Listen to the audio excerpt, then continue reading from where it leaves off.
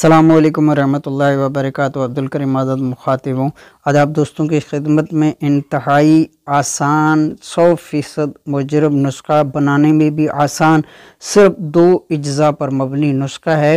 بالخصوص یہ نسخہ ایسے افراد کے لیے مفید ہے جن کے پیٹ میں کیڑے ہوں اور ہر طرح کا علاج کرا کے تھک چکے ہوں، پھر بھی پیٹ کے کیڑے ختم نہ ہوتے ہوں، تو ایسی صورت میں یہ نسخہ بنا کر استعمال کیجئے گا۔ بفضل خدا انشاءاللہ عز و جل پہلی خوراک سے ہی رزلٹ ملنا شروع ہو جائے گا۔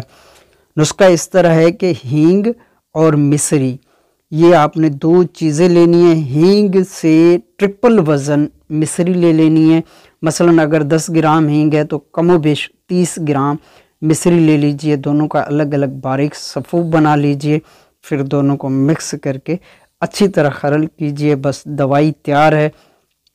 اور اس میں چھوٹے بچوں کے لیے اور بڑوں کے لیے یکساں مفید ہے۔ چھوٹے بچوں کے لیے 1 چٹکی جتنی مقدار ہے، بڑوں کے لیے 1 رتی سے لے کر 4 رتی تک مقدار خوراک ہے۔